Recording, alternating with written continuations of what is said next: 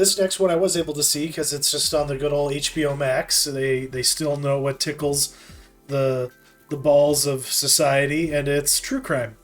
Because I don't know if you're familiar with this story, Matt, but it's pretty fucking wild. There's this family that has a long history in the the law. They were the state's attorneys for a bunch of counties in South Carolina, in the Low Country, in southern South Carolina, and there's just lots of entitled white rich people shit going on. They're the Murdaws, and he's the patriarch of the current family, and his sons are just fuck ups.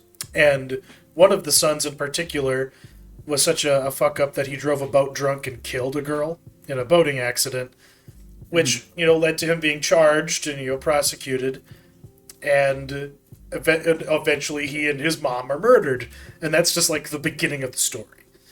And so we still don't really know yet where the legal case is going to go, but as far as what this documentary is able to give you, it's a pretty balanced take on who these people were, for better and worse, and how were they able to pull off be involved in all of this unsavory shit and no one do anything about it. It's just kind of one of those stories where these people are just so powerful because of the name they have and the income inequality of the region they're in.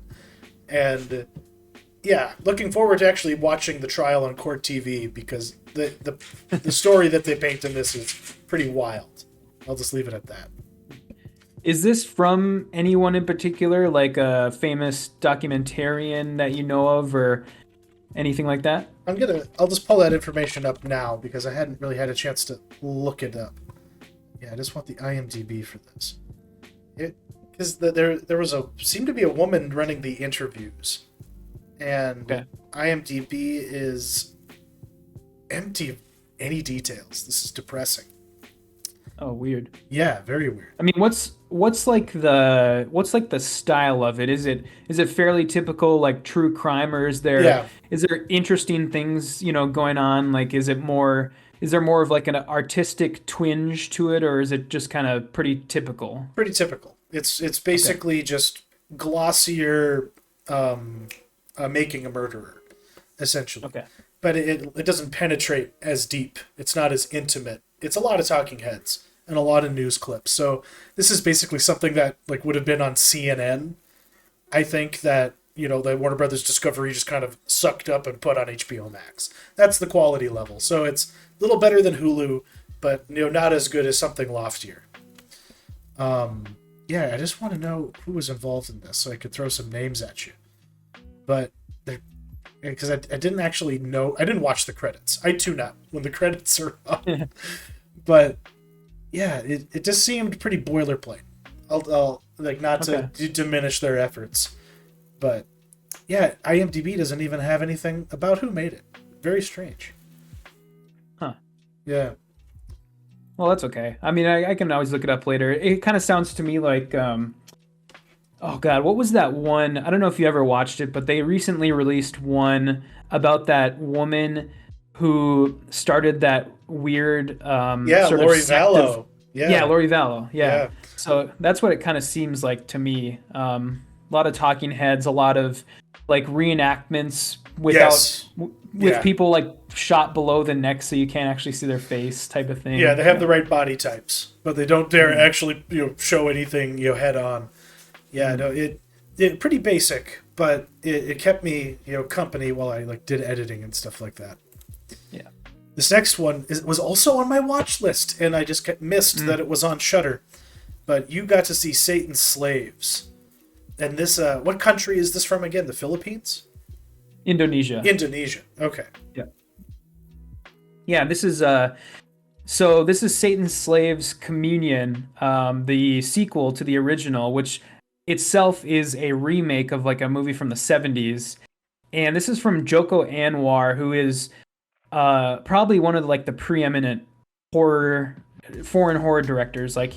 I've loved every single one of his movies, and this one's no different. This is such a satisfying continuation of the story from the original Satan Slaves, which I found like absolutely like horrifying. Like that is probably one of the more scarier movies I've watched in recent years. And if you still have Shudder left over from Halloween, if you have like a couple weeks on I would tell this to anybody who has a couple weeks left in their Shudder free trial or whatever, to go watch this now and watch the original. They're both on Shudder, and this one in particular, it's a continuation of the story from the first one, which basically it's a very similar premise to Hereditary, where you have a family where the matriarch dies, and then everybody else who's still alive sort of unravels the details of her hidden life, sort of thing.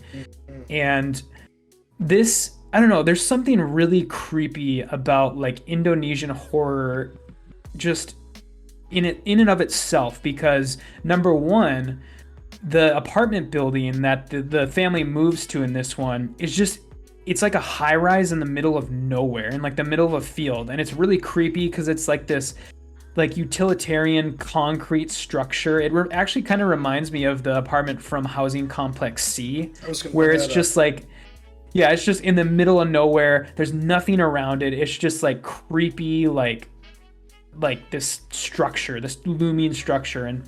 And on top of that, Indonesian horror is strange because there's something sort of blasphemous about it, in that a lot of their horror it has a particular look about it, sort of like Japanese horror with like Ringu and The Grudge. All the ghosts look the same, the pale white skin, the darkened eyes, the hair, the long black hair. And it's kind of similar in Indonesian horror, but Indonesian horror has more of a religious bent to it, where it's sort of a bastardized version of Islam.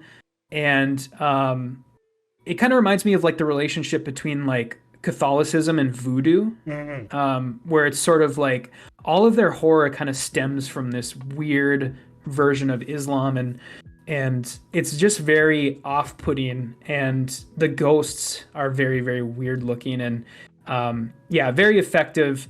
Really, really like this.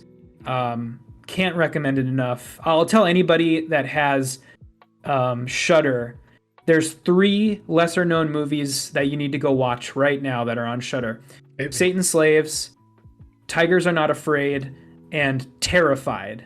Not Terrifier, not the clown movie Terrifier. Terrified, as in the Argentinian horror movie from a couple years ago. And those are the 3. Those are the winners. See, I've been meaning to pull the trigger on Terrified for a while, but we have a 2-year-old who's starting to actually pay attention to what we watch, so we can't just put it on and willy-nilly anymore like we used to. So good. I'm glad that one's worth pulling the trigger on. Yeah, that movie's amazing. That's probably one of my favorite movies on that service, on Shudder itself, and so that'd probably be my number one. But this also very, very good. Way better than I thought it was going to be. Like, honestly, like horror sequels are hard to do, and this one really hit it out of the park. Good. I'm glad to hear that. Look forward to checking that out.